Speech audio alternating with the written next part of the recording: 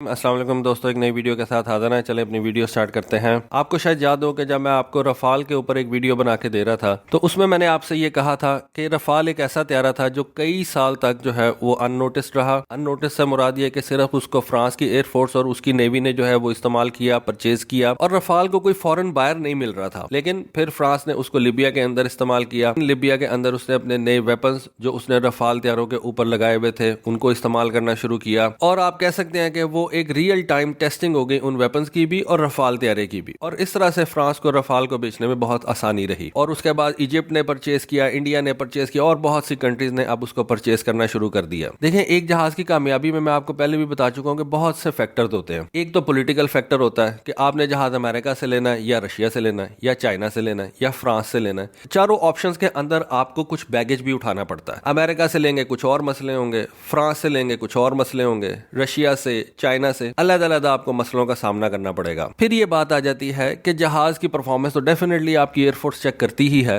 लेकिन असल चीज वहां पे जाके आती है कि जब दो त्यारे बिल्कुल एक ही जैसे हों, लेकिन उन दोनों त्यारों के अंदर अगर एक त्यारे में ज्यादा वेपन्स आपने इंटीग्रेट किए हुए हैं, ज्यादा इकसाम के वेपन्स आपने इंटीग्रेट किए हुए हैं, तो ज्यादा चांसेस ये होंगे कि उस त्यारे की सेल जो है वो ज्यादा होगी। देखिए, वेपन्स बड़े डिफरेंट किस्म के होते हैं। जिस तरह टेक्नोलॉजी एडवांस होती जा रही है, मुख्तलिफ और नए से नए वेपन्स जो है वो आ रहे हैं। आपके त्यारे को ये प्रूव करना होता है कि हमारा त्यारा जो है वो मुख्तलिफ किस्म के वेपन्स को उठा के लेके जा सकता है। अगर आपका त्यारा मुख्तलिफ किस्म के वेपन्स उठा के नहीं लेके जा सकेगा तो उसकी सेल के चांसेस बहुत कम हो जाएंगे। जब एयर वॉरफेयर स्टार्ट हुई थी तो उस वक्त लोग हाथ से बॉम्ब जो है वो गिराया करते थे। टर्बोप्रॉप इंजन होते थे और जो पायलट होते थे वो हाथ से बॉम्ब फेंका करते थे। एयर वॉरफेयर तो उसी दिन से स्टार्ट हो गई थी। लेकिन आज हम ये देखते हैं कि जहाजों से आप बैलिस्टिक मिसाइल भी फायर कर रहे हैं, जहाजों से आप क्रूज मिसाइल भी फायर कर रहे हैं, जहाजों से आप long range cruise missile fire कर रहे हैं, बंकर बस्टर जो है वो जहाजों से इस्तेमाल हो रहे हैं, जीपीएस गाइडेड JTAM किट्स जो है वो आप बॉम्ब्स के ऊपर लगा के तो उनको इस्तेमाल कर रहे हैं। एयर टू एयर वेपन्स जो है वो जहाजों से इस्तेमाल हो रहे हैं। तो एयर वॉरफेयर ने बहुत ज्यादा जो है ना वो अपने आप को चेंज किया, और उसमें ज्यादा किरदार जो है जिस तरह से जहाजों का है उस तरह से वेपन्स का भी है। पिछले साल चाइना ने जब जूहाई एयर शो किया था तो मेरे नजर के अंदर उस जूहाई एयर शो में जो सबसे बड़ी चीज चाइना ने शो की थी वो अपना J-16D जहाज था, क्योंकि वो एक बहुत बड़ी कैपेबिलिटी थी। इस साल चाइना का जो फोकस मुझे लग रहा है ना वो वेपन्स के ऊपर है। वेपन्स तो आप कुछ सालों के अंदर नए नहीं शो कर सकते, लेकिन इस साल चाइना का जो ज्यादा फोकस है ना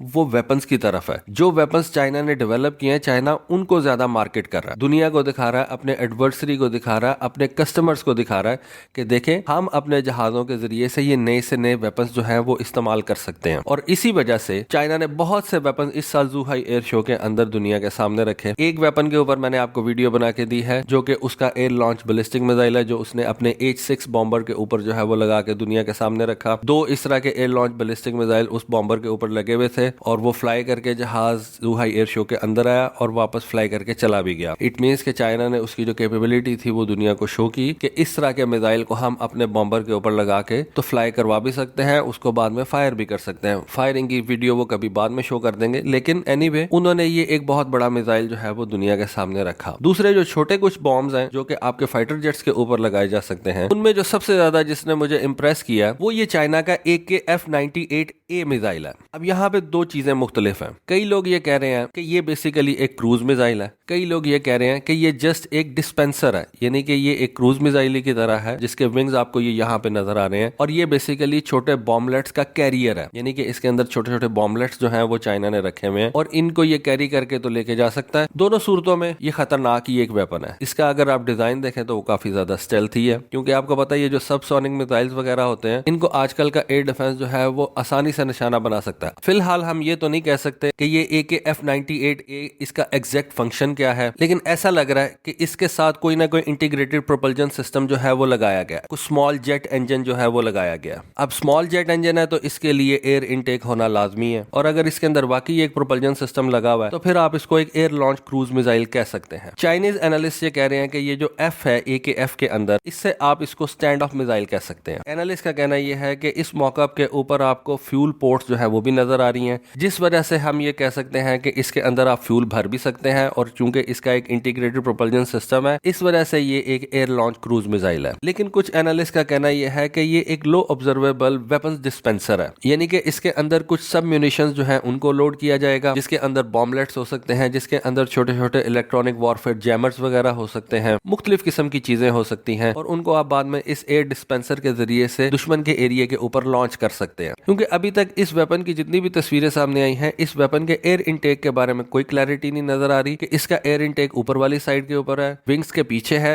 या नीचे वाली साइड के ऊपर है। क्योंकि जब तक इसका एयर इनटेक आपको नजर नहीं आएगा, आप ये नहीं कह सकते कि ये एक एयर लॉन्च क्रूज मिसाइल है। लेकिन सूरतें दो ही हैं, या तो ये एक स्टेल्थ क्रूज मिसाइल है या ये एक स्टैंड ऑफ डिस्पेंसर है। आज से काफी देर पहले मैंने आपको एक वीडियो बना के दी थी। GBU-5 एक स्टैंड ऑफ वेपन था जो कि चाइना ने दुनिया के सामने रखा, उसकी एक वीडियो भी आई थी। वो GBU-5 स्टैंड ऑफ वेपन जो है उसको आप अमेरिका के AGM-154 joint stand of weapon यानी कि J100 के नजदीक कह सकते हैं। GBU-5 joint stand of weapon जो है वो JF-17 थंडर के ऊपर भी इंटीग्रेट हो सकता है। क्योंकि हमने जब भी JF-17 थंडर को किसी स्टैटिक डिस्प्ले के ऊपर देखा है तो ये चाइनीज GBU-5 वेपन जो है हमें उसके साथ पड़ा नजर आया। इट मींस के चाइनीज जो है वो इस GBU-5 स्टैंड ऑफ वेपन को JF-17 थंडर के साथ इंटीग्रेट कर सकते हैं। अगर ये AKF-98A जो है वो उस GBU-5 की कोई लेटेस्ट फॉर्म है, उसका एक स्टेल्थी वर्जन है, तो आप इससे ये भी कह सकते हैं कि ये AKF-98A जो है इसको आप JF-17 थंडर के ऊपर भी इंटीग्रेट कर सकते हैं। अगर तो इसके अंदर एक प्रोपल्जन सिस्टम है तो फिर तो आप इसको एक stand of A launch cruise missile कह सकते हैं। लेकिन अगर इसके अंदर प्रोपल्जन सिस्टम नहीं भी है और ये एक स्टैंड ऑफ डिस्पेंसर ही है तो उस सूरत के अंदर भी ये JF-17 थंडर के ऊपर इंटीग्रेट किया जा सकता है। और अगर ये अमेरिका के AGM-154 joint stand of weapon यानी कि J100 की तरह है